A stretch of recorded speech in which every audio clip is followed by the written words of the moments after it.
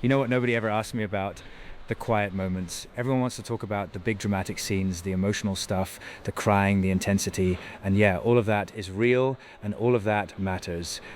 But the thing I think about most when I think about Kate, the thing that actually gets me, is the quiet moments between takes, because that's where you really get to know someone. When the cameras are off and the crew is resetting and you're just standing there in full costume in the middle of a Scottish field at 6 in the morning and it's freezing and it's raining, which it always was, by the way, always, and you look at each other and you just start. Not about anything in particular, just because you're both standing there soaking wet in the 18th century and somehow this is your actual job. Those moments, that's what I carry with me. She has this laugh.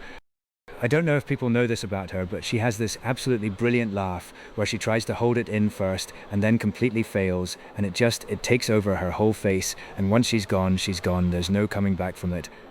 And it was always the worst possible timing, always right before a serious scene, always when we absolutely could not afford to lose it, and we'd lose it every single time.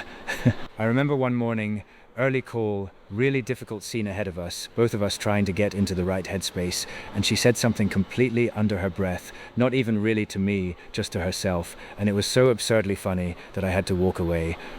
Just physically walk away and stare at a wall for a solid minute. The director was not pleased. Kate thought it was the greatest thing that had ever happened. But then 20 minutes later, she walked into that scene and absolutely broke everyone's heart. That's the thing about her. She can go from making you cry with laughter to making you cry for an entirely different reason within the same half hour. I genuinely don't know how she does it.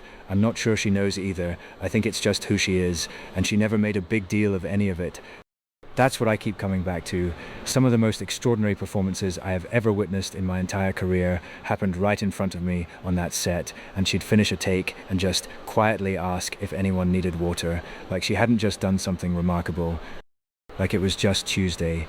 It taught me something really important, actually, about ego and about craft. The best ones, the truly great ones, they're not performing greatness, they're just serving the story, every single time, no matter what. And Kate does that better than anyone I have ever stood opposite. I think about those cold Scottish mornings more than I let on, the rain and the mud and the laughing, and then the silence right before action. There was something sacred about all of it, honestly. And I know that sounds dramatic, but I mean it completely sincerely.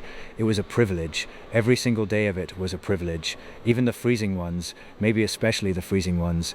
She'd tell me I'm being sentimental, and she'd be right. But some things deserve a bit of sentiment.